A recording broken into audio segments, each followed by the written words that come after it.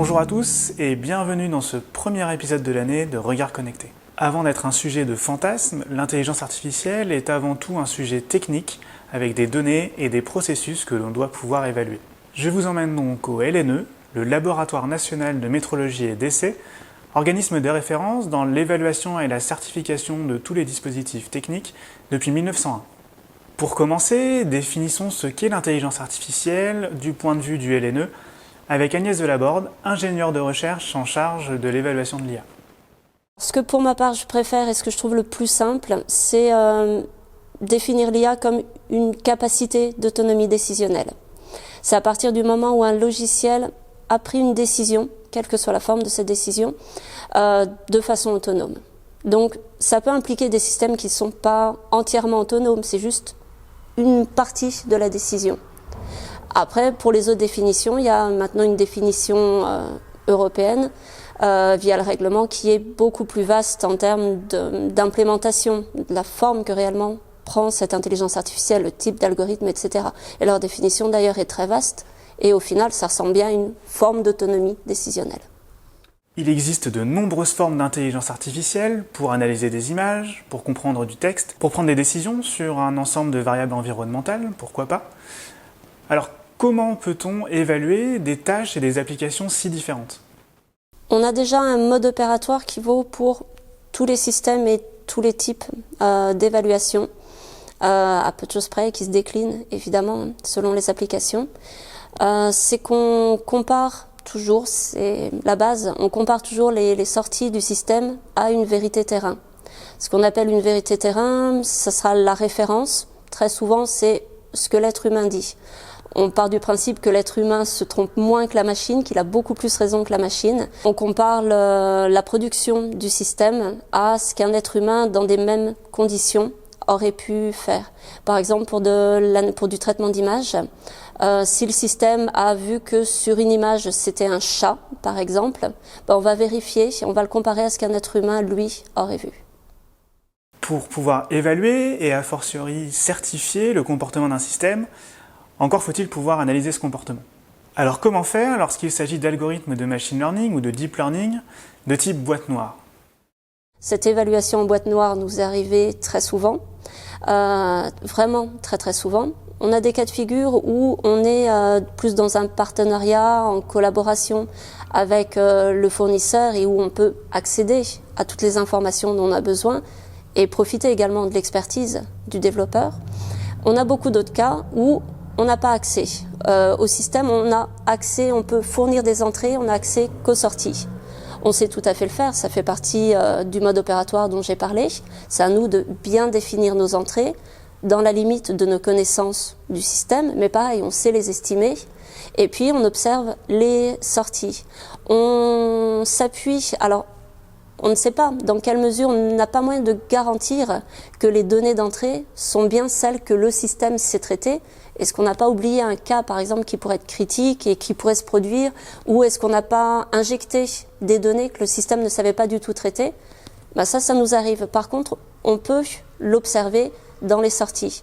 Et dans les exemples qu'on a pu avoir sur des évaluations en boîte noire, ça a été des cas où on voyait que les scores de performance étaient très très élevés par rapport à l'état de l'art, puisqu'on connaît également, pour un système donné, pour une application donnée, on sait globalement quels sont les niveaux de performance à l'heure actuelle. Donc ça a éveillé notre attention, le fait qu'il y avait un très très haut score de performance, et on a pu juste faire des hypothèses. Et notre hypothèse la plus réaliste, c'était que malheureusement les données qu'on avait fournies étaient les données sur lesquelles le système avait appris, et dans certains cas où la donnée est très très rare et que la donnée est publique, rare et publique, on n'a pas cherché très loin. Donc très souvent, en observant les scores de performance, en faisant varier les données qu'on fournit en entrée, on peut faire des estimations de ce qui a pu se passer. Ça reste de l'hypothèse, mais après, nous, dans notre procédé, de toute façon, on documente tout ce qu'on fait, on sait expliquer, et après, c'est de la confrontation d'experts, je dirais, où nous, on sait expliquer comment on a réalisé l'évaluation. Du côté de la certification et de ses référentiels, vous allez le voir, nous n'en sommes qu'au début. Et d'ailleurs, plus que les algorithmes en eux-mêmes, il s'agit d'aller voir un petit peu plus loin, pour certifier les dispositifs embarquant de l'IA dans leur ensemble? À l'heure actuelle, il n'y a pas de certification exigée pour l'IA. Il y a des certifications qui sont exigées pour les dispositifs qui embarquent l'IA. On le sait pour les dispositifs médicaux, par exemple, pour les machines également, pour les robots. Par contre, pour l'IA à proprement parler, à l'heure actuelle, il n'y a pas d'exigence de certification. À l'échelle mondiale, il y a très peu de référentiels de certification, beaucoup d'initiatives, beaucoup de recommandations, très peu de référentiels.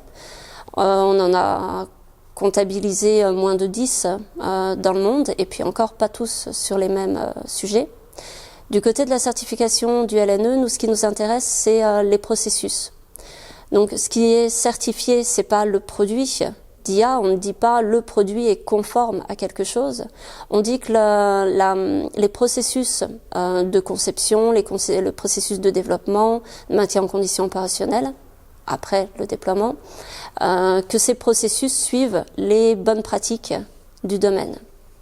Alors, quelle doit être la place de la rigueur scientifique et d'un organisme de certification comme le LNE au cœur de ces fantasmes et d'annonces souvent exagérées? J'estime pas du tout que ça peut nous desservir, au contraire, c'est un moteur pour nous. On voit beaucoup dans la presse, beaucoup d'annonces sur les systèmes d'IA qui peuvent résoudre beaucoup de problèmes, des systèmes surintelligents.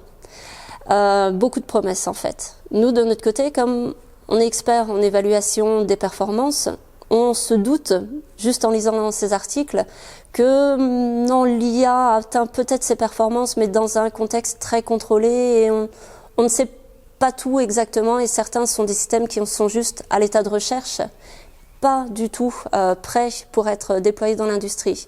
Donc nous, notre rôle, au contraire, s'inscrit bien là, c'est que nous, on a beaucoup d'industriels qui ont beaucoup de très bonnes idées, qui sont vraiment à la pointe, et qui bizarrement peinent au moment de la commercialisation, parce qu'ils vont se poser des questions de réglementation, de maintien des performances, garantir les performances en conditions opérationnelles. Donc nous, on s'inscrit à cet endroit-là où il y a le côté fantasmé de l'IA d'une part, fantasmé à juste titre, ça fait rêver, mais après il y a la réalité. Et nous, on est justement peut-être le maillon manquant qui permet de passer ce cap.